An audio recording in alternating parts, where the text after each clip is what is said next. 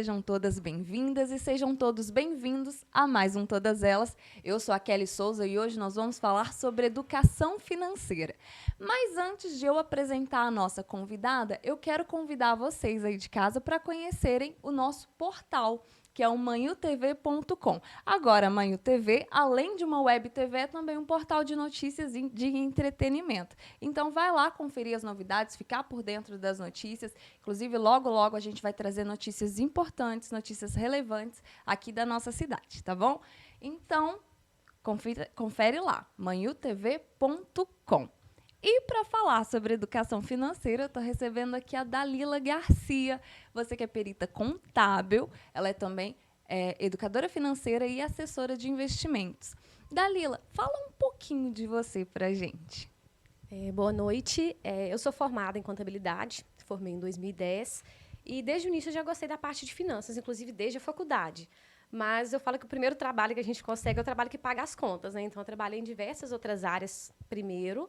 Hoje eu trabalho, também sou contadora pública e comecei a trabalhar com perícia contábil. Eu trabalho com perícia para o Tribunal de Justiça, para o Ministério Público e perícia financeira também.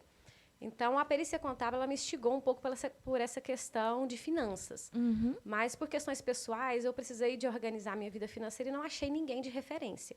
E eu decidi que eu seria essa pessoa. Então, eu comecei a estudar educação financeira agora pessoal. Antes, eu trabalhava sempre com a questão mais empresarial. Sempre trabalhei com questão de gestão empresarial. Então, foi meu primeiro contato com a gestão pessoal, de focar realmente em educação financeira, investimento. De início, era algo para mim, que eu estava estudando para melhorar a minha vida, a minha qualidade de vida pelos objetivos que eu tinha. Mas acabou se tornando um objetivo e a minha profissão agora. E o bacana é que, como você falou, né, antes você trabalhava voltada para a empresa. E é o normal que a gente ouve falar. Contadores, quando a gente ouve falar de alguém que é expert na área de finanças, a gente sempre pensa que está ligado a uma empresa. A gente não pensa que no nosso dia a dia, na nossa vida, a gente também precisa disso, né? Precisa entender um pouco sobre esse assunto.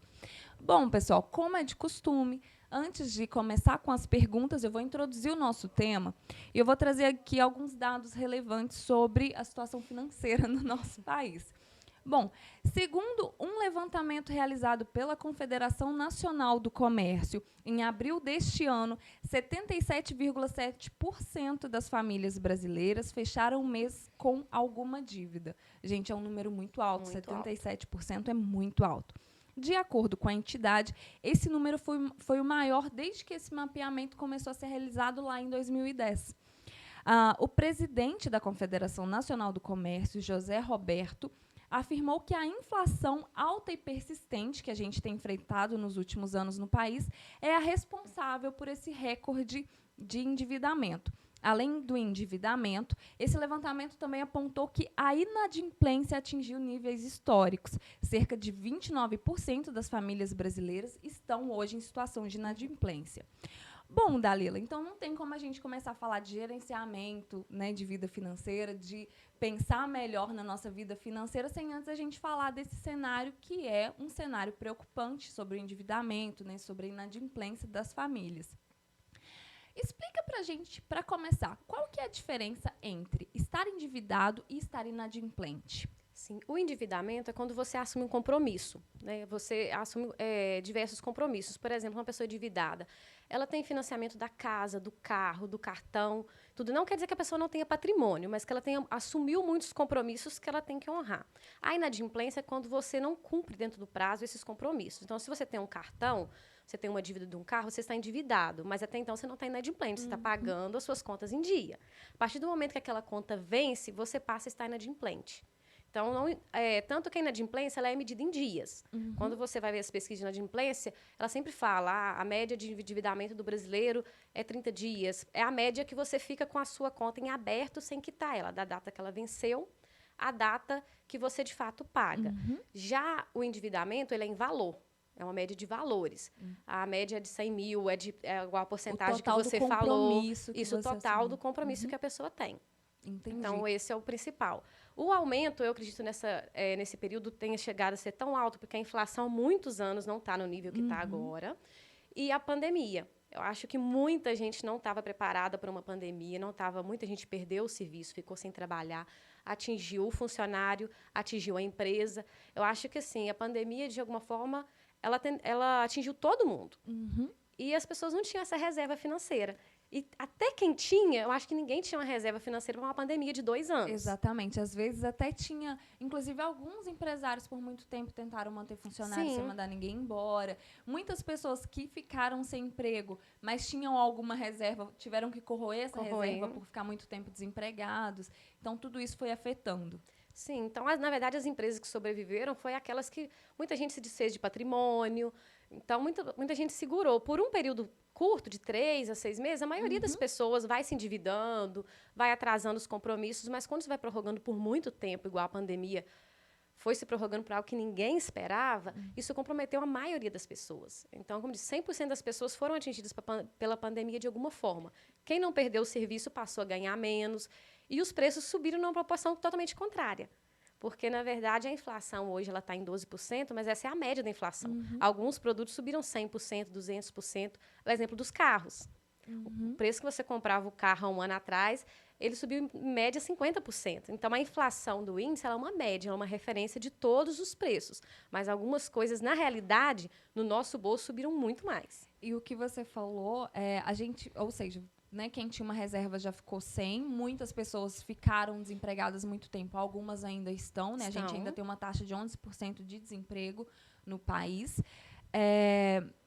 E aí, como você disse, os preços subiram. Né? Foi totalmente contrário. E a cada ida ao supermercado, isso fica claro. Né? A cada vez que você vai, o preço que você... Acho que a gente já não encontra nada nem próximo ao preço que a gente pagava há 1 ano ou 2 anos atrás. E num período muito curto, porque normalmente essa variação ela ocorre ao longo de anos, 10, 15 anos. Mas a variação que ocorreu no período de 2 anos, ela de fato atingiu todo mundo, porque até mesmo quem tem uma condição financeira melhor, ela chega no supermercado, ela assusta. Com certeza ela está gastando hoje de 30% a 50% a mais só com o mercado, que é o essencial, aquilo que não tem como você evitar a gastar, fora a gasolina, que são os itens básicos. Então, a inflação ela subiu muito nos itens básicos, que é onde pesa mais, na verdade. E se a gasolina sobe, todo o resto também sobe. Todo o resto é uma consequência. Porque tudo precisa ser transportado. Então, às vezes a pessoa fala, mas para mim, eu uso meu carro para passear, não preciso trabalhar. Às vezes a pessoa fala assim, eu não tenho nem carro, acha que não vai ser afetado pelo preço da gasolina. Mas vai ser afetado, porque se o transporte de carga, se o frete sobe, é o frete de tudo, do alimento, da compra, de tudo. Então, não tem como. Se a gasolina sobe, ela é um dos itens que mais atinge na realidade, porque está correlacionada a todos os outros. E o bacana que você já falou para a gente, né? A gente já citou a inflação, citou que ela é importante nesse aumento desse endividamento e dessa inadimplência, mas eu acho que é comum para a gente ouvir falar de inflação. A gente tem até uma ideia, mas não sabe exatamente o que é, por que existe. Você pode explicar para a gente o que é a inflação e como ela nos afeta? Sim, a inflação é a desvalorização do seu dinheiro. Então, se hoje a inflação está numa média de 12%, essa média é dos últimos 12 meses. A gente sempre trabalha com índice, normalmente no período de 12 meses. Então, quer dizer que há 12 meses atrás, o que você comprava com R$100, hoje você compra com R$112. Isso em 12 meses. É como eu falei, a inflação ela é uma média. Na verdade, se você for direcionar para alguns produtos específicos, como a gasolina ou outros que subiram muito mais, seria um comparativo de que você comprava com R$100, hoje você gastaria R$150. Exatamente. Mas no índice geral, é essa questão. Mas se você comparar com um prazo mais longo, de 15, 20 anos, a inflação ela foi absurda. Então, o que você comprava há 10, 15 anos atrás com R$100, hoje provavelmente você vai precisar de quase R$200 para comprar as mesmas coisas. A gente, inclusive, por causa dessa alta da inflação e como a nossa renda vai sendo corroída e a ida no mercado está ficando cada vez mais difícil, surgiram muitos posts na internet de a pessoa posta um carrinho com o que ela compraria, por exemplo, ano passado, com um determinado valor, e nesse ano, com o mesmo valor, o que ela consegue pôr no carrinho. Isso é exatamente o retrato da inflação. Da inflação. É o reflexo da gasolina, é o reflexo de tudo que subiu, porque tudo isso está somado no custo do produto. Então, esses custos, eles pesam.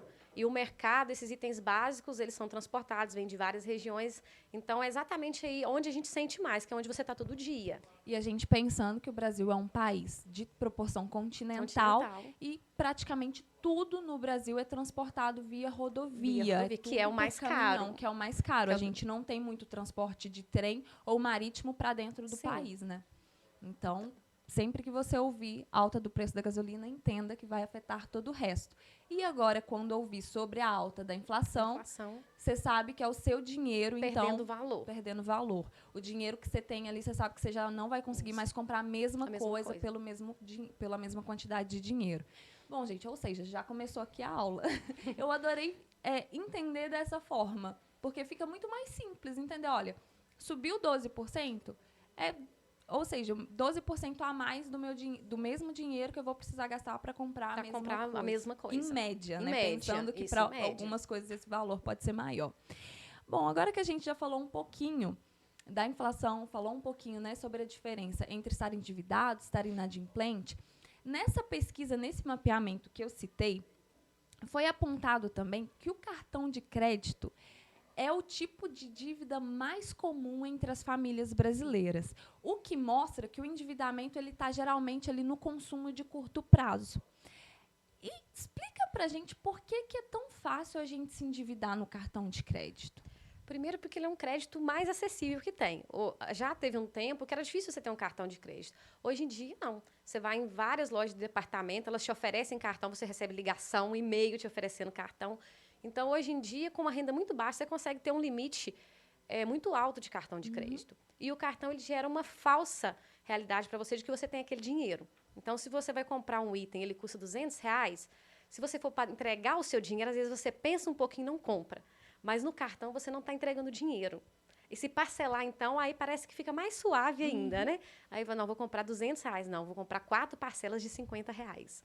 Então, você tem essa falsa impressão de não ver o seu dinheiro saindo. Então, muita gente faz do cartão parte da renda. E o cartão, na verdade, ele é muito interessante, se for bem utilizado, porque ele não tem juros se você simplesmente parcelar. Tem as taxas que algumas empresas cobram, mas se você comprar e pagar ele dentro do prazo, ele é uma possibilidade bacana. Mas sempre falam, nunca parcele aquilo que você compra todo mês. Então, você não vai abastecer o seu carro parcelado no cartão, você não vai fazer o mercado, por quê? Você vai fazer o mercado parcelado. Mês que vem, você tem que fazer mercado de novo. Então, você vai acumular a dívida desse mês com a do mês que vem. Você vai estar resolvendo uma coisa temporária, você vai estar acumulando, porque todo mês vai virar uma bola de neve. Então, o cartão é interessante para você fazer uma compra maior, parcelada, para você comprar à vista e ir acumulando. Igual muita gente viaja, acumula milha, mas o cartão, para quem não tem disciplina, ele acaba sendo um perigo. É mais uma... Isso. É uma armadilha na sua mão. Isso, ele é uma armadilha, por essa falsa impressão de que você tem aquele dinheiro. Entendi. Porque o cartão, ele é um empréstimo, ele é uma forma de empréstimo. Você está gastando dinheiro que você não tem, você está se endividando. Toda vez que você faz uma compra parcelada, você está criando uma dívida, um compromisso de pagar. Ou seja, gente, o dinheirozinho, a menos que esteja pagando no débito, né? Que aí é o seu dinheiro que está lá na conta. Isso.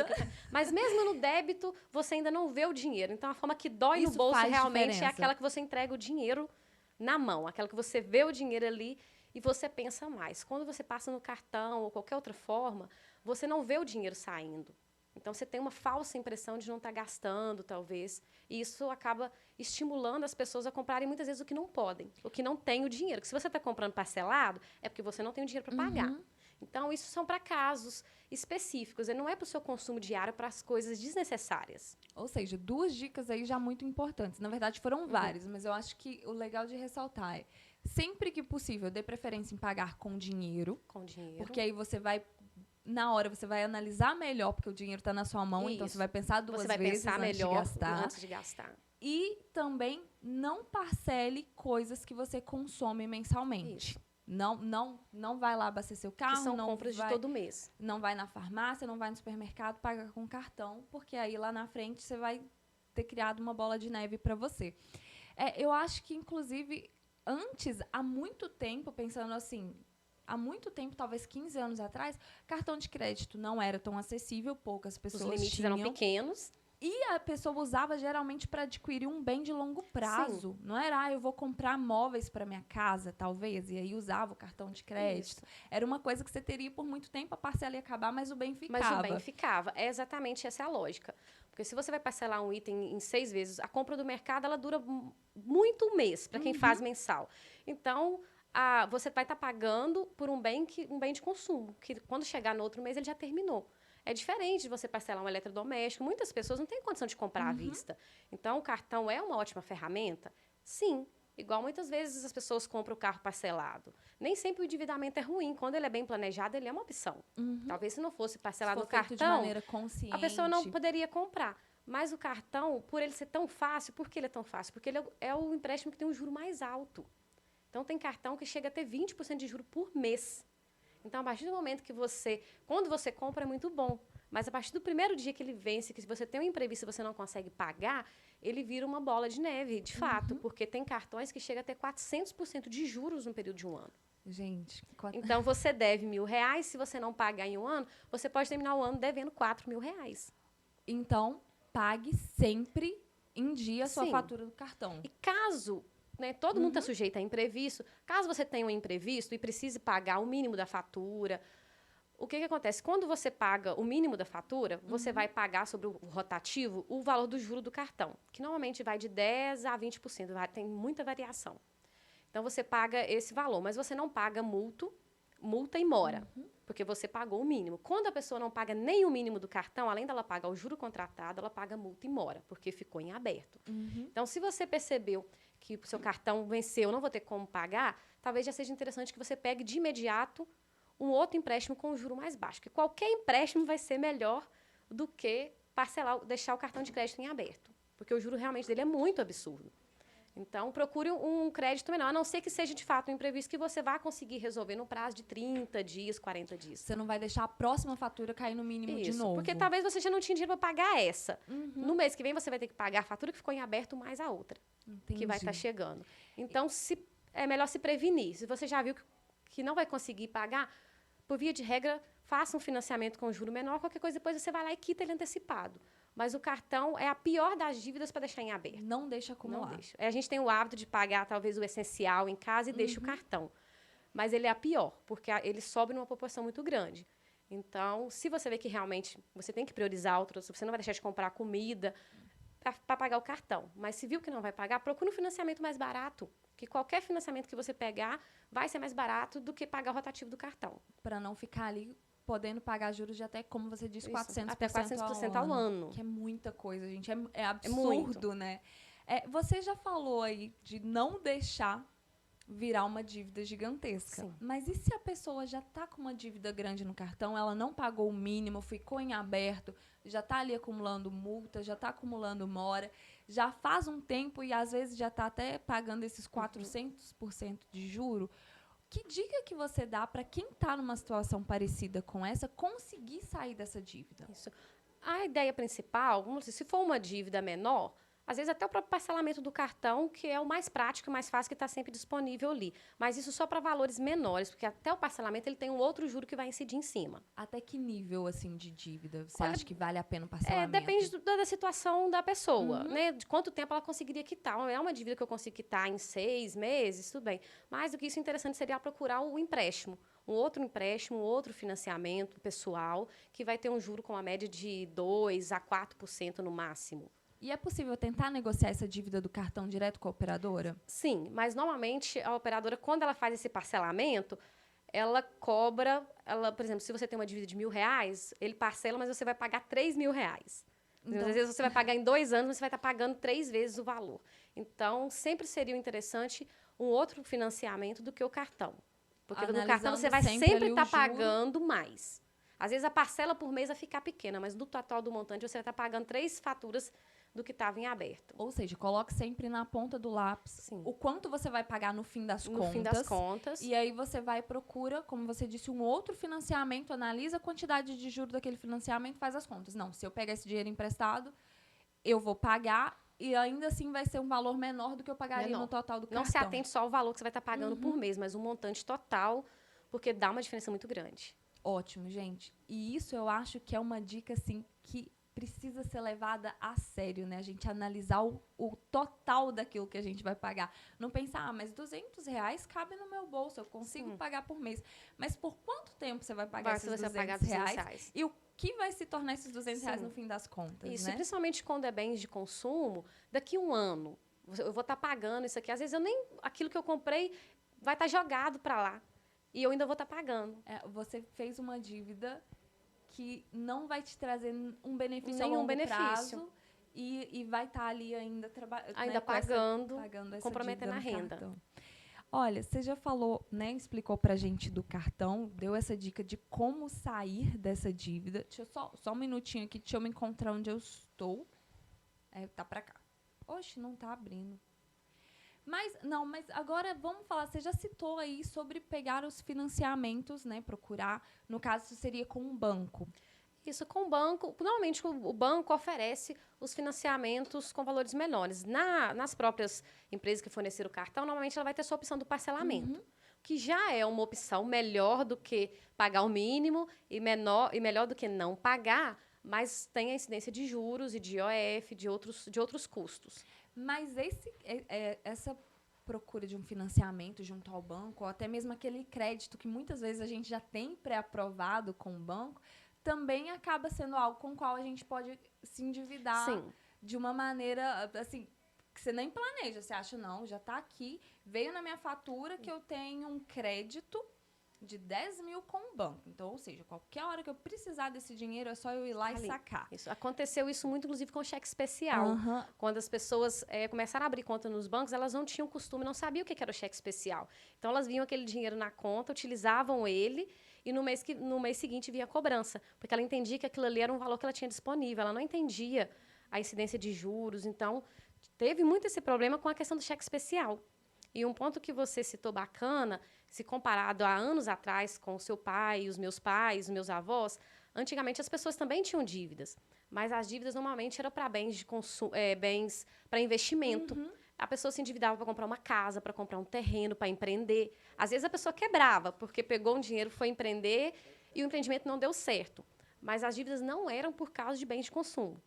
Entendi. As dívidas eram realmente por coisas necessárias. E hoje em dia já foi comprovado que a maior parte do endividamento são de bens de consumo, coisas que de fato não eram tão necessárias. As pessoas se endividam para comprar um telefone por status, que às vezes não tem condição de pagar.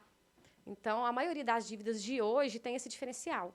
As pessoas não estão endividando porque estão empreendendo, que estão abrindo um negócio, porque estão investindo em água. Elas estão devendo por bens de consumo.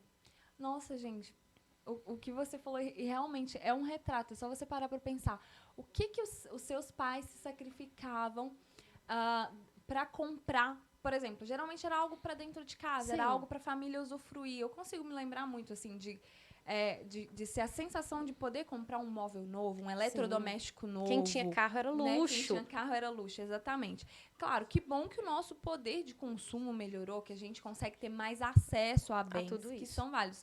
Mas sempre fazer esse balanço, então. Eu estou comprando isso porque eu preciso. Vale a pena eu me endividar com isso, comprometer o meu dinheiro com essa coisa que eu estou adquirindo. Que benefício ela vai me trazer, principalmente a longo prazo. Então, sempre pensar isso antes de... para se endividar, principalmente.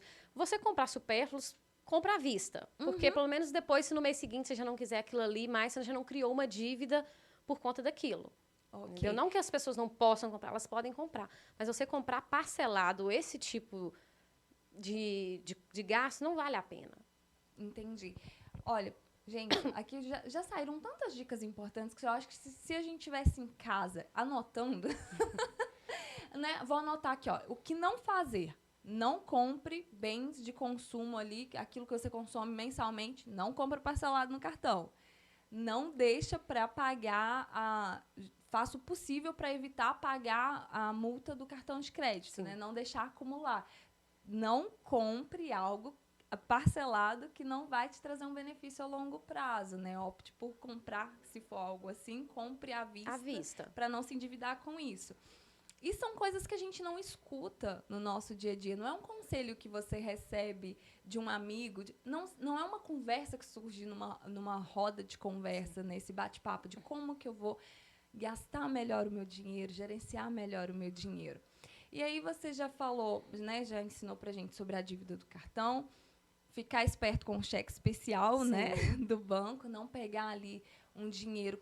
aquele dinheiro, então, que aparece ali, você tem 10 mil pré-aprovados, 5 mil pré-aprovados, 1.000 pré-aprovados, esse dinheiro não é seu. Não é seu. Aquilo é realmente para uma urgência. Você tem um limite de cheque especial, você tinha uma receita para entrar, essa receita acabou não caindo, para um período curto de dias. Aí tudo bem você usar Mas, a partir do momento que é algo que você vai precisar por longo prazo, o financiamento ou um outro empréstimo vai ser sempre melhor.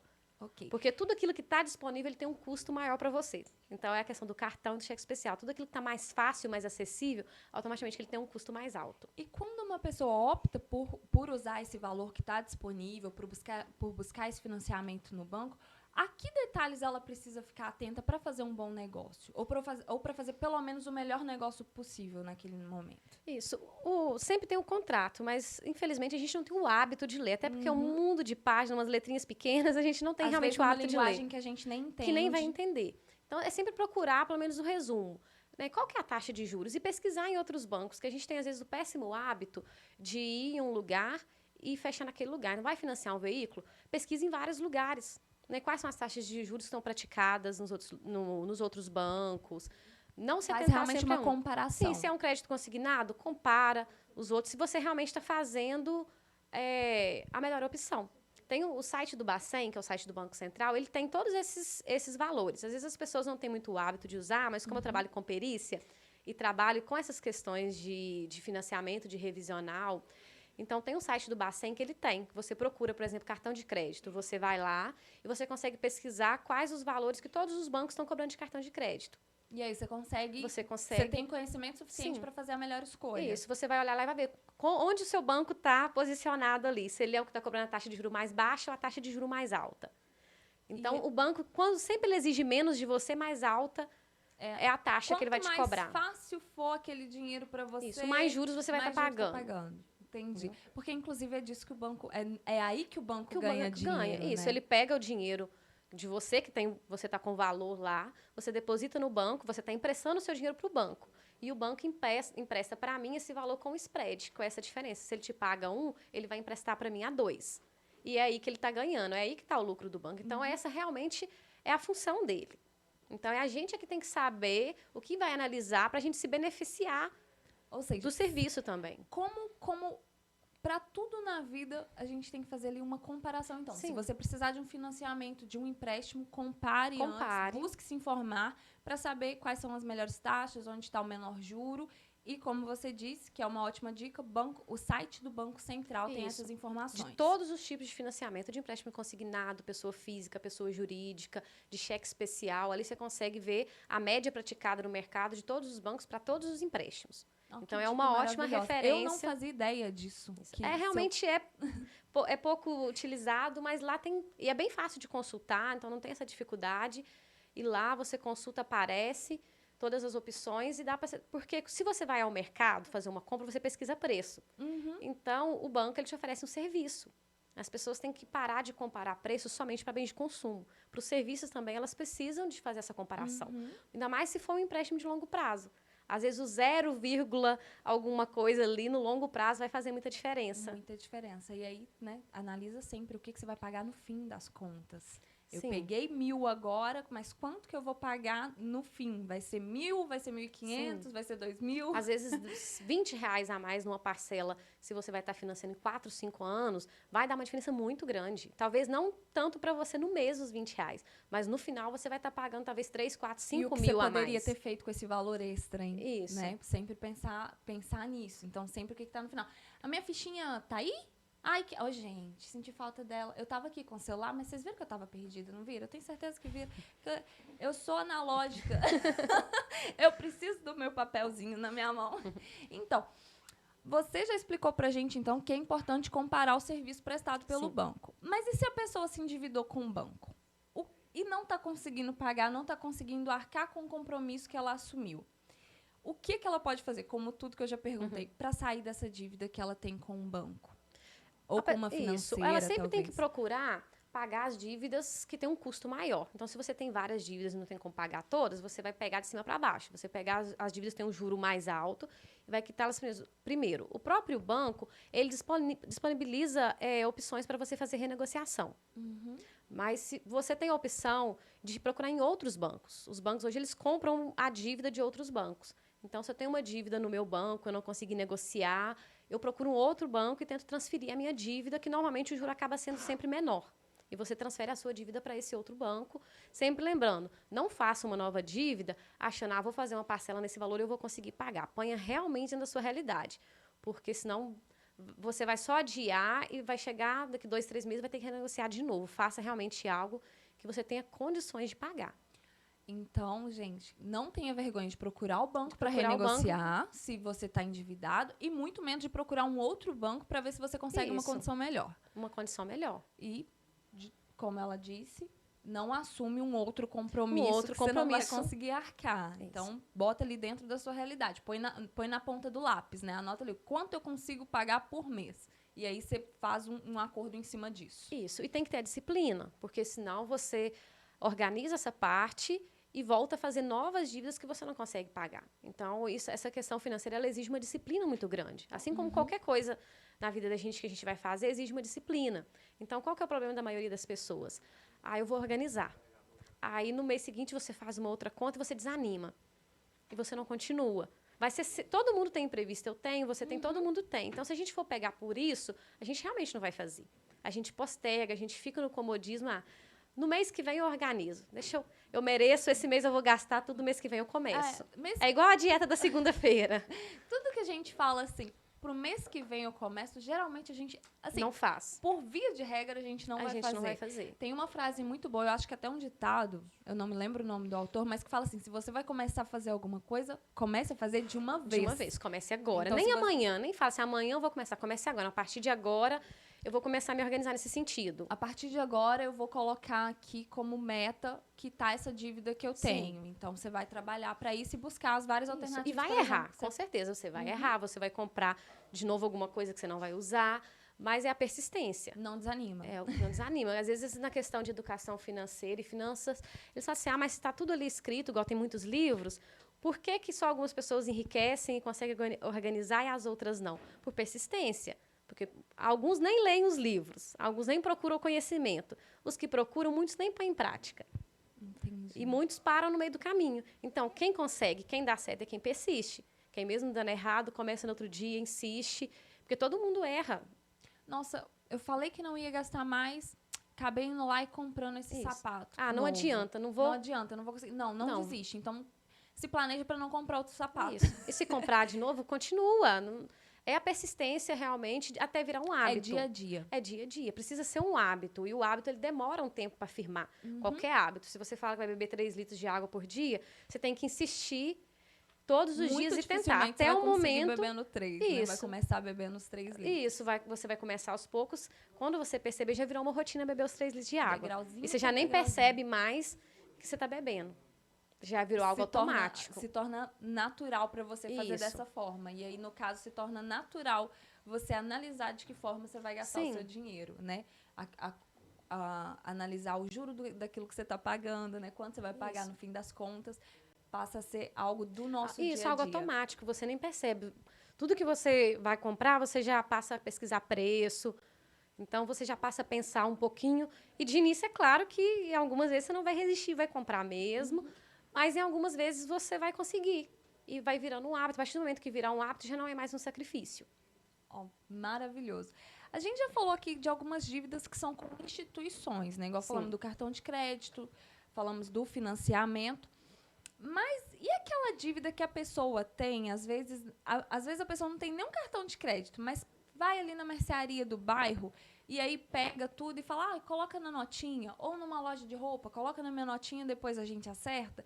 Acaba deixando acumular ou por qualquer outro motivo não consegue pagar essa conta. Nesses casos que às vezes, inclusive, como uma pessoa conhecida, né, geralmente vai ficar sem graça, tô devendo fulano, eu conheço, tô até com vergonha de ir lá de novo. Nessas situações que são ali mais próximas a nós, não é uma grande instituição, que dica você dá para resolver essas pequenas dívidas, mas que vão corroendo também o nosso dinheiro, a nossa renda? Isso. O ideal é que tudo seja anotado. Então, às vezes, eu sempre pergunto, não importa se você vai anotar no papel de pão, no caderninho, se você tem um aplicativo, se você tem uma planilha, não importa a forma como você vai controlar, mas é essencial que você anote. Por quê? Se você vai na mercearia todo dia e você vai anotando lá, você vai chegar a um certo momento que você vai falar, nossa, eu já gastei R$300 esse mês. Não podia ter gasto. Aí você passa a controlar. Agora, se você não anota e não tem noção de quanto você está gastando, você vai gastando até fechar o mês e você vê que você gastou mais do que você podia. Então, anota. E aquela questão, volto na questão do hábito. Você tem que anotar tudo. Às vezes você vai esquecer, dá trabalho, você está na rua, você não quer anotar, mas faça isso, porque assim você sabe para onde o seu dinheiro está indo. Você anota tudo, quando chega no final do mês, você vê assim, nossa, mas esse mês eu pedi tanto de comida fora. Olha o quanto eu gastei. Gente, comida fora é uma armadilha. Não que Meu você não Deus. possa pedir, mas hoje eu estou na correria, eu peço. Aí amanhã eu estou na correria de novo, depois eu estou na correria de novo. Quando eu vi, eu pedi comida quase o mês inteiro. Verdade. Entendeu? E aí, quando você vai somar o pouquinho que você pagou de um Todos dia, os com um dias, pouquinho do outro dia, com um pouquinho, e às vezes não é nem tão pouquinho. E aí vira o hábito, porque o hábito, tanto o hábito bom quanto o hábito ruim, ele pega. Então, se você fez hoje, amanhã, você vai fazendo, aquilo vira um hábito. Aí você passa a todo dia fazer sem até perceber, já é automático. Gastei, vou lá e anoto. Você anota, porque aí você sabe para onde seu dinheiro está indo. Aí e toda vez que você anota, você analisa. E aí você reflete e controla. Mesmo que seja por... Então, se você sempre anotar, não precisa ser todo mês você anotar, mas você pega aí 3, 4 meses do ano e anota, para você ter noção da proporção do que você ganha com o que você está gastando. Se de fato o seu dinheiro está indo realmente para o que precisa ou a maior parte dele está indo para coisas que não precisa. Mas aí, se a pessoa ela não anotou e já deixou essa dívidazinha lá, existe alguma coisa que pode ser feita nesses pequenos estabelecimentos para sair de uma dívida, para negociar? Existe alguma possibilidade dentro disso? Nos pequenos estabelecimentos é mais, como não tem nenhum contrato, é mais uma questão de conversar mesmo e tentar talvez parcelar e se cuidar para não cair, não deixar acumular um valor tão grande de novo. E não ter a vergonha, então, de ir lá e de falar, chegar olha, e conversar. Eu não estou conseguindo pagar, tentar, como você disse, parcelar essa dívida, entrar num acordo ali com aquela pessoa. Porque as pessoas têm que parar de ter vergonha de pedir ajuda, né? Eu falo, se você vai treinar, se você está doente, você vai no médico, para o médico te ajudar, para você melhorar. Se você quer emagrecer, você vai para academia, você vai para o personal, você pede ajuda. Aí, quando você tem problemas financeiros, não, ninguém quer falar. Inclusive, essa é uma questão importante. Tem um estudo que foi realizado pelo Banco BV, ela está até aqui, ó, foi juntamente com um instituto chamado Mindners, que apontou que para 54% dos brasileiros dinheiro é tabu e outros 61% consideram desconfortável falar sobre dinheiro. Traz uma sensação ruim quando você vai falar sobre o dinheiro. Mas 58% acha que é importante falar mais sobre dinheiro. Então, assim, todo mundo acha, todo mundo não. A maioria acha que é um tabu. Falar. Acha que fica desconfortável, mas também sabe que precisa falar mais. E aí, pelo que você já falou, qual que é a importância de a gente conversar mais sobre dinheiro, sobre vida financeira? A maioria das pessoas, elas têm vergonha. Principalmente quando a gente está endividado, eu tenho vergonha de chegar e falar para você que eu estou devendo. É tipo meio humilhante, como se eu tivesse fracassado em administrar a minha situação financeira. Então, a maioria não fala por isso. Ela tem vergonha de abrir. É claro que também você não vai chegar falando sobre dinheiro em qualquer lugar. Mas até por questões de segurança. Isso, por questões de segurança. Você não precisa abrir a sua vida dessa forma para qualquer pessoa. Mas é interessante que você tenha algumas pessoas que você possa falar, até por troca de experiência. Até o que eu te falo, a gente aprende com os erros. E quando você pode aprender com os erros dos outros, você evita ter que errar. Então, o melhor aprendizado que você tem é aprender com o erro da outra pessoa.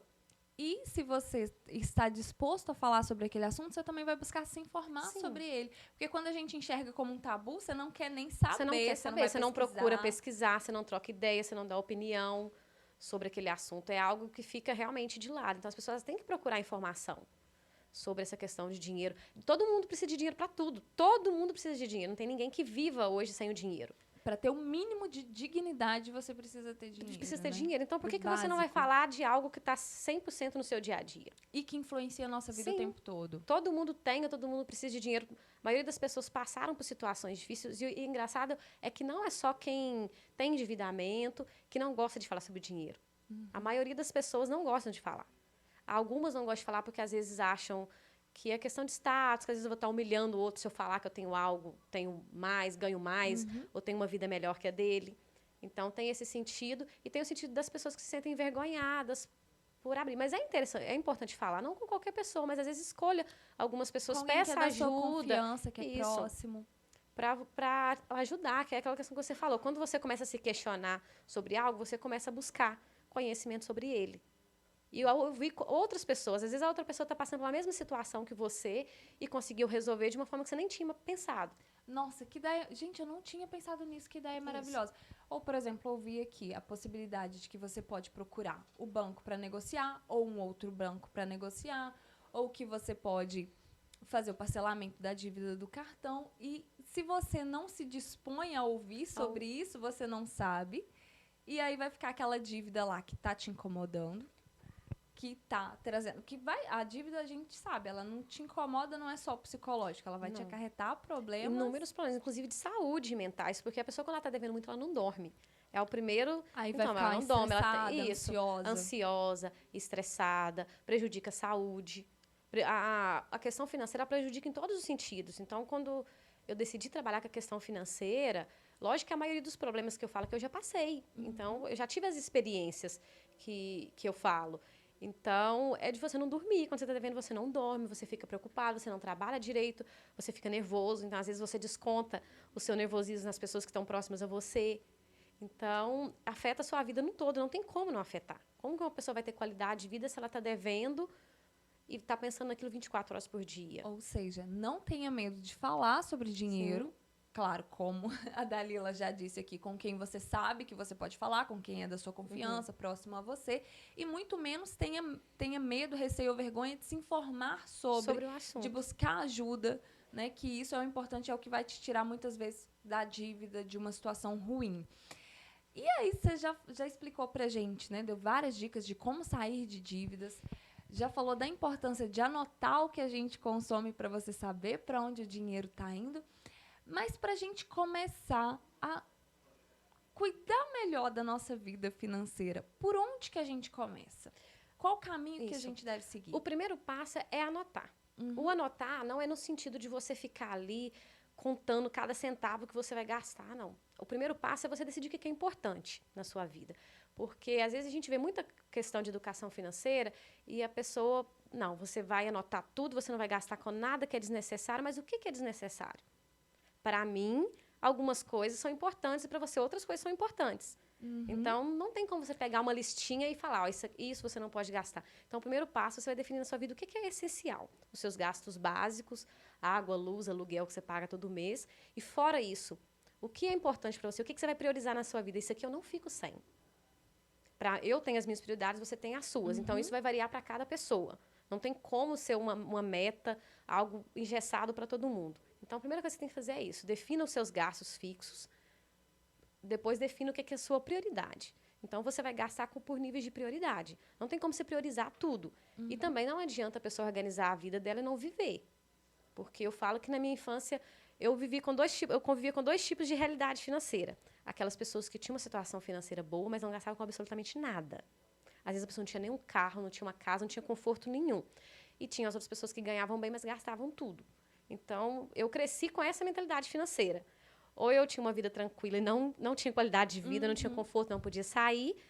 Ou eu torrava todo o meu dinheiro e não tinha expectativa nenhuma de futuro. Então, não tem necessidade disso. Hoje em dia, o que funciona é o equilíbrio. Eu vou viver o hoje, mas eu vou me organizar para também ter um futuro. Inclusive, no seu Instagram, você dá muitas dicas a esse respeito, né? Bruno, você pode colocar pra gente o Instagram da Dalila aí? Porque lá eu já vi você compartilhando, inclusive, essa divisão, né? De pegar o que é prioridade para você, né? Eu achei muito importante isso que você falou de... A sua prioridade é diferente da minha, porque não posso ir lá só na internet, então, e pegar uma receitinha de bolo pronta e falar assim, olha, eu tenho que gastar só com isso, isso e isso. Porque aí você vai ficar infeliz. Sim. Porque você aí não adianta também. Não tá te atendendo naquilo que vai te deixar satisfeito, que vai te deixar alegre, ou naquilo que você gosta de fazer, né? Sim. Eu, por muito tempo, eu mesma pensei desse modo. Eu não preocupei em planejar, eu não investia, eu não tinha reserva, porque eu pensava assim, não, se for para me deixar de viver hoje, pensar só no futuro, e se eu morrer amanhã? Aí eu vou ter aquela pensar assim, gente, eu não vivi. O que eu aproveitei, né? Eu fiz da minha vida, o que eu fiz? Então, eu posterguei essa questão da minha vida financeira nesse sentido. Até quando eu comecei a estudar e entender que não era assim que funcionava. Ou seja, a gente não precisa necessariamente ganhar mais. E aí tá mostrando? O Instagram mostrou, né? Passou ali o Instagram. Então, quem quiser, gente, né, acompanhar essas dicas de tudo que a Dalila tá falando aqui, segue lá o Instagram dela, porque realmente eu aprendi muita coisa seguindo o seu Instagram, achei muito interessante. Então, quem quiser, segue lá, porque tem várias dicas. E aí, pelo que você falou, não necessariamente eu preciso ganhar mais dinheiro para ter uma vida mais tranquila, uma vida com mais qualidade. Isso, não. Tem duas possibilidades. Uma, se você já está vivendo no seu limite hoje e o que você ganha realmente só cobre as suas despesas básicas, você vai ter que buscar uma outra renda. Então, de fato, você vai ter que buscar ganhar mais. Né? Você vai ter que ganhar mais do que você gasta. Mas tem situações de pessoas que não. Todo mundo tem algum gasto desnecessário. Quando eu digo desnecessário, é porque é algo que você está gastando ali por hábito sem perceber. Não é vital. Que não é vital, que não é essencial. Então, muitas pessoas, se elas reorganizarem, elas conseguem ganhar muito bem, conseguem ter uma qualidade de vida e ter dinheiro para fazer as coisas que elas gostam. E ainda sobrar. Mas isso depende de planejamento e não vai ser algo de uma hora para outra. E de criar o hábito. Criar o hábito, isso. O problema é que as pessoas às vezes acham, não vou organizar minha vida, mês que vem ela vai estar organizada. Você não bagunçou a sua vida de um mês para o outro. Então, você vai levar muito... Algumas pessoas vão levar, talvez, pouco tempo, outras vão levar muito tempo, talvez anos para organizar a vida financeira delas novamente. Até chegar num ponto que você diga, nossa, agora tá... Se eu continuar mantendo dessa forma, eu tô Isso. O problema é que, às vezes, as pessoas pensam muito no curto prazo. Falam, mas 5 anos é muito tempo. Gente, o tempo está passando assim. 5 anos parece muito hoje, mas daqui 5 anos eu vou me arrepender de não ter começado a organizar minha vida agora, porque o tempo passa muito rápido. Inclusive, aí a gente já entra com uma outra pergunta, que é: como que eu posso começar a investir no meu futuro, mesmo com pouco dinheiro? Então, vamos pegar lá desde o começo. Eu estava endividado, talvez com um cartão de crédito, talvez com um empréstimo de banco, talvez com continhas ali na minha rua, no meu bairro. Você já deu umas dicas de como eu posso sair dessas contas. E aí você me deu umas dicas também de como eu posso começar a cuidar melhor da minha vida financeira. Começar a fazer ali um controle de gastos, anotar onde eu gasto, perceber o que é prioridade para mim, o que é importante para mim. Às vezes não é uma prioridade, mas é algo que eu dou valor e aí eu quero continuar investindo nisso. Aí eu já passei por todo esse caminho, mas agora eu quero começar a pensar no meu futuro. E aí, como que eu posso começar a investir no meu futuro, mesmo com pouco dinheiro? Mesmo se não está me sobrando muito no mês, mas está sobrando um pouquinho, o que eu já posso fazer com isso? Na verdade, para começar a se organizar, hoje é muito fácil. Então, com 50, com 10 reais, o valor não é justificativo hoje para ninguém deixar de investir ou deixar de organizar. Porque é possível com qualquer valor. Então, o importante é começar. Comece com o que você tem hoje. E, com o tempo, você busca talvez outras fontes de renda, porque é interessante que a pessoa nunca dependa de uma fonte de renda só. A pandemia mostrou isso. Porque, às vezes, você depende só daquela fonte de renda. Você perde ela, e isso vale para quem ganha pouco e para quem ganha muito. Porque tem muita gente que tem salários altos e gasta tudo que ganha. Que aí, se ficar desempregado de uma hora para outra, de uma outra vai ter nada. O mesmo problema de quem ganha pouco. E talvez até mais, porque ela tem um padrão de vida muito alto. E como que ela vai bancar aquele padrão de vida alto? Talvez se endividou em um nível muito alto, numa proporção muito maior. Então, essa questão do endividamento, da organização financeira, ela não é só para a gente que ganha pouco. A realidade de quem ganha pouco é a questão de organizar, né, dentro daquele padrão. Mas as pessoas que têm um padrão de vida mais alto, para elas manterem esse padrão, se elas tiverem imprevisto, é muito mais difícil ainda, porque a proporção aumenta muito. Então, as pessoas precisam ter essa reserva, porque todo mundo está sujeito a perder o serviço, a ficar doente. Você ganha muito bem, você fica doente. Você pode ficar quanto tempo sem trabalhar? E se você nunca mais puder voltar a trabalhar no ritmo que você trabalha hoje?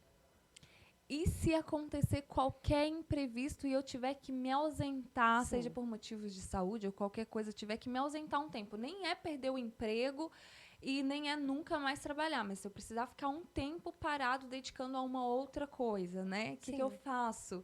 A gente realmente não pensa nessas coisas, né? Você pensa que todo dia você vai acordar e vai lá ganhar seu salário. A gente acaba sendo prisioneiro do trabalho. Então, tem muita gente que nunca... Eu, com uma época, eu podia estar passando muito mal, que eu nunca deixava, nunca pegava atestado médico para faltar o serviço. Porque eu tinha medo de perder o meu serviço.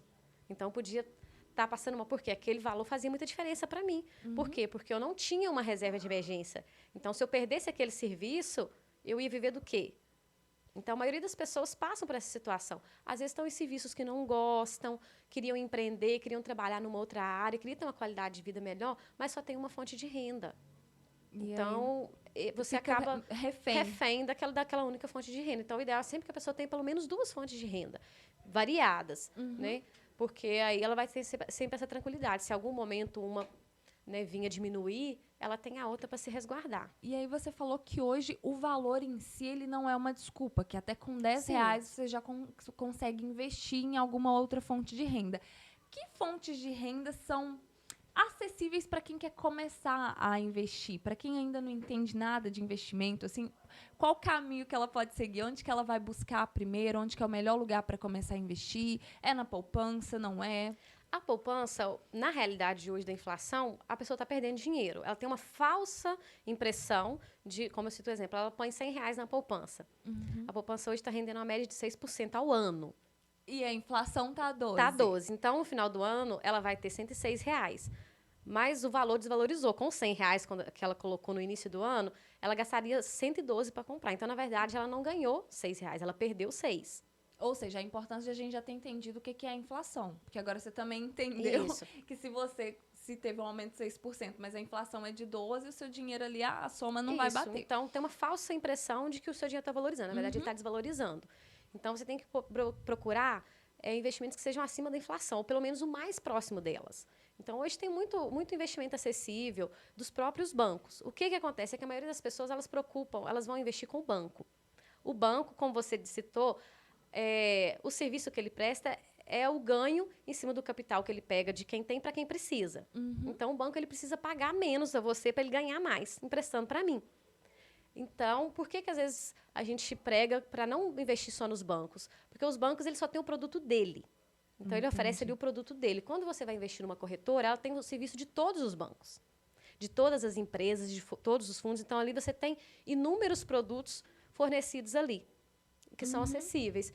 Então, hoje a pessoa pode estar investindo em ações, mas é sempre indicado que a pessoa comece com um investimento menor, com um investimento com um risco baixo, para ela conhecer, sentir segurança e, aos poucos, ela ir buscando outros investimentos.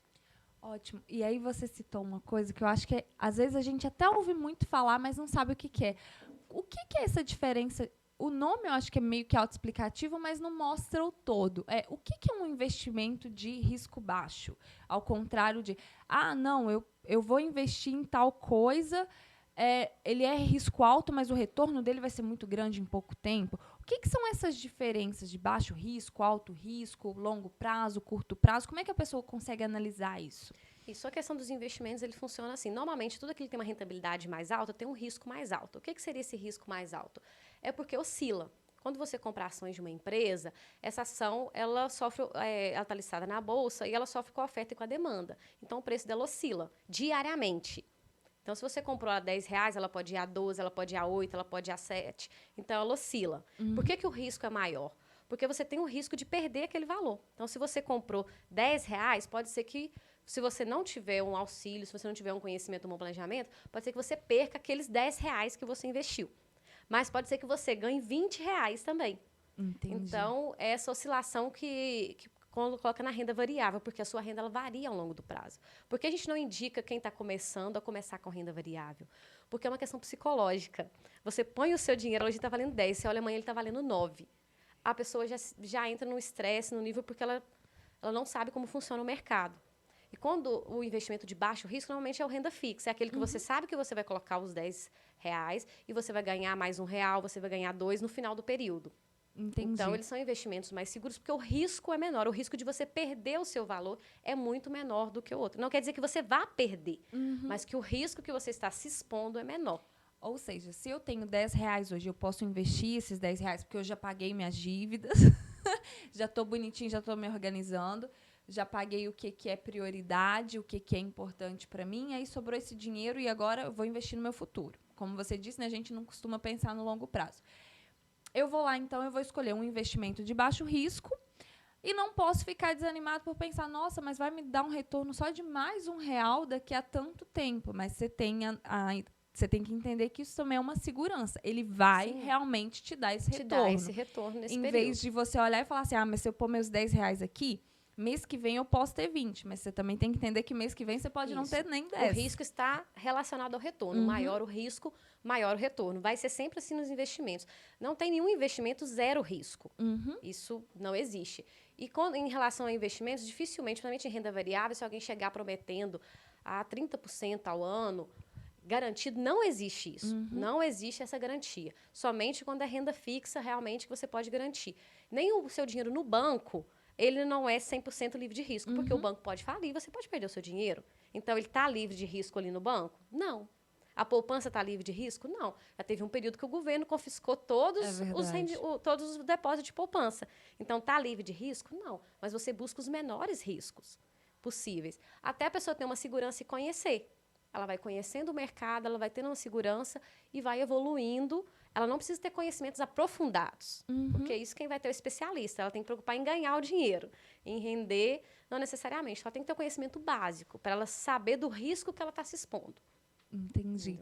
E aí, começou com 10, mas aí mês que vem, certamente, já pode talvez 12, no outro talvez E a bola 15. de neve do cartão, que é a bola de neve negativa, vira uma bola de neve positiva no investimento. Então, você pôs R$10 hoje, o juro composto funciona da mesma forma do que do cartão. Então, se você tem R$10, hoje ele virou 11, vai virar 12, vai virar 13, e no longo prazo, no 5, 6, 7, 8 anos, a pessoa pode estar colocando R$300 por mês, que no longo prazo ela vai ter 200, 300, 500 mil, porque o efeito do longo prazo e desse juro composto, que é o mesmo que te onera no cartão de crédito, é que te gera o benefício do investimento. Então, parece pouco no início, quando você começa, mas depois você vai percebendo que não. E aí você cria o hábito, você passa a entender que esse longo prazo vale a pena.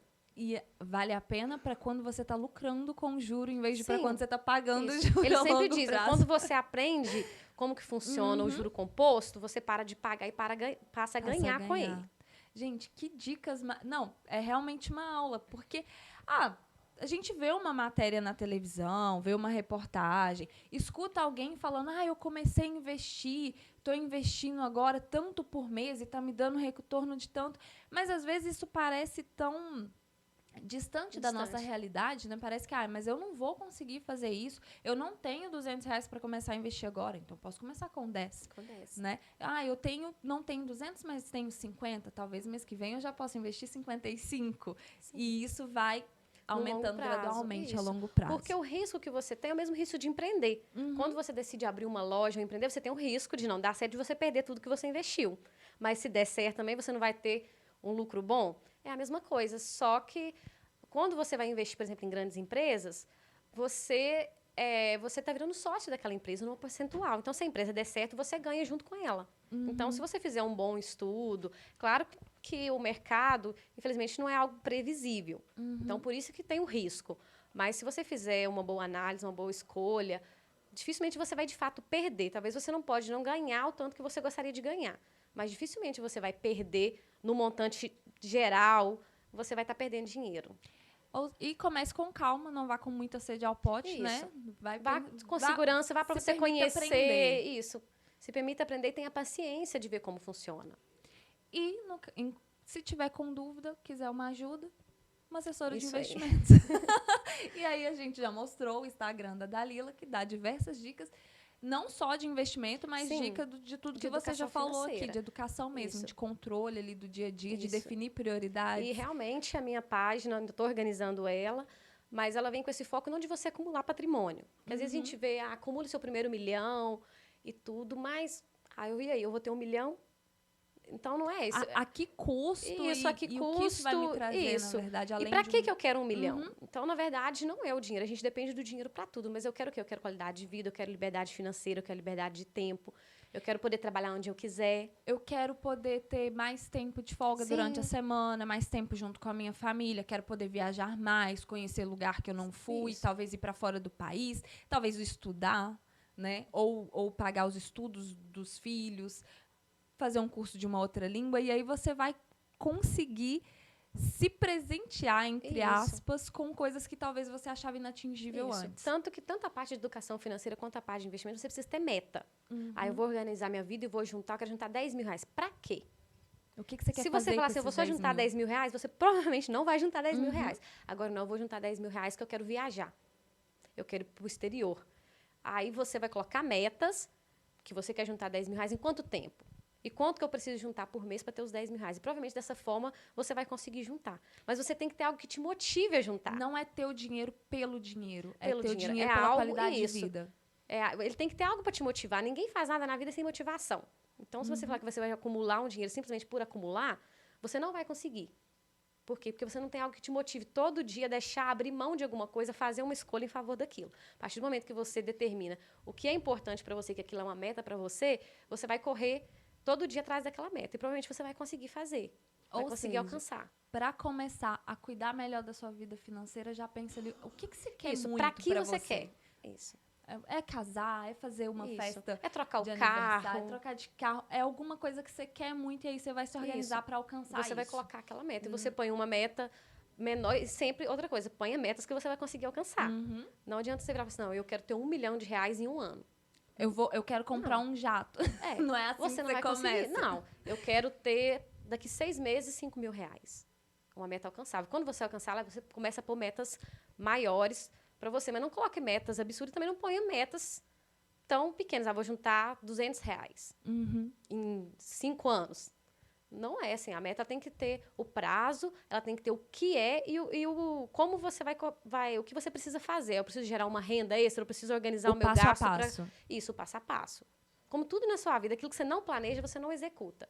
Então, a vida financeira tem que ser planejada. As pessoas não estão acostumadas a planejar, não estão acostumadas a conversar sobre isso, a discutir, a buscar conhecimento e a fazer metas para isso. Gente, ai, que aula maravilhosa. Como é que a gente está de tempo? Deu? Ah, então tá ótimo. Ó, a gente já tem que ir encerrando. Então, como de costume, eu vou pedir a Dalila para dar um recadinho para vocês aí de casa sobre a importância, então, de cuidar melhor da nossa vida financeira. Isso. Eu acho assim que o recado que eu deixo às pessoas é o seguinte: comece. Porque se a gente for esperar ficar pronto para fazer qualquer coisa na vida, dificilmente a gente vai se sentir 100% pronto. Então, comece como puder, mas comece agora. Né? Não fica postergando. Não deixe para a semana que vem. Eu vou começar agora, eu vou criar uma meta, e se nesse período eu falhar, eu vou insistir. Anota realmente tudo que você faz. E busque por equilíbrio, busque qualidade de vida. Não busque acumular o dinheiro simplesmente pelo dinheiro. Não, esse dinheiro eu quero qualidade de vida, eu quero tempo. Põe um objetivo que tenha significado, porque é o que eu busco passar para as pessoas, não é só acumular o valor. É uma qualidade de vida, porque o dinheiro ele não compra felicidade, mas ele vai, pelo menos, te dar um conforto de tempo, te dar uma qualidade de vida melhor. Então, assim, as pessoas pararem de postergar, falar sobre dinheiro, discutir, pensar nisso como algo essencial na vida delas, como de fato é. E sem romantizar, pensar de forma prática. Sim. Por que eu preciso do dinheiro? Como você disse, para ter qualidade de vida, para ter uma vida mais tranquila, né? Não é só para ser rico, para ter um status, não é por status, isso. Às vezes as pessoas preocupam muito em parecer feliz, em parecer estar bem. Preocupa realmente pontua o que é importante para você. Não preocupa com que os outros, o que é importante, que às vezes, durante um tempo, era assim, eu quero ter uma casa boa, um carro bom, um serviço bom. Isso era a meta de vida. Todo mundo que estava assim, estava bem de vida. Mas, às vezes, eu nem quero um carro. E, às vezes, você vai trabalhar ali o dia todo, a semana inteira, e não vai ter nem tempo para aproveitar a casa. Isso. Então, assim, põe o que é importante para você e busque o que é importante para você, que dessa forma a chance de ter sucesso é muito maior do que simplesmente eu vou acumular um valor e vou estar rica. Não, eu não vou estar rica, eu quero estar feliz, eu quero estar bem, com a vida equilibrada. E se tiver com alguma dívida, procure uma negociação, procure alguma forma procure de sair ajuda, dela. procure orientação com amigo, com algum especialista que seja, mas procure orientação, procure ajuda, discuta sobre o tema. Não fica postergando o que tira o sossego, né? Isso, fale sobre. Dalila, muitíssimo obrigada pela sua participação, assim, foi incrível. Como em todas elas, eu saio daqui, assim, com muito conhecimento, aprendi muita coisa que eu vou levar para o meu dia a dia, né, que eu vou começar a partir de hoje, não deixar para a semana que vem, para conseguir conquistar coisas que me agreguem num futuro próximo, num futuro a longo prazo, mas pensando em qualidade de vida. Muito obrigada, viu? Bom, pessoal, como de costume, eu quero agradecer a todos vocês aí de casa por nos acompanharem, todos que comentam, que mandam recado, que mandam mensagem. Então, muito obrigada mesmo. Eu quero agradecer também a nossa parceira, a Pernambucanas. Como vocês sabem, o look que eu estou usando é lá da Pernambucanas, o look completo que eu estou usando, essas almofadas lindas. Olha, gente, que linda essa almofada. Então, é tudo lá da Pernambucanas. E quero agradecer ainda a Prime Tech, que faz toda a assessoria da parte técnica aqui do estúdio, não só do Todas Elas, mas também contribui com a Manhã TV. E lá na Prime Tech, é uma empresa que ela é especializada em computadores de alta performance, em assistência técnica, em eletromedicina e muito mais. Então, se você precisa de alguma coisa da parte de tecnologia, vai na Prime Tech. Se precisa de alguma coisa para você vestir para toda a sua família ou para sua casa, pernambucanas. E na próxima quinta-feira eu encontro vocês às 7 da noite. Tchauzinho, pessoal!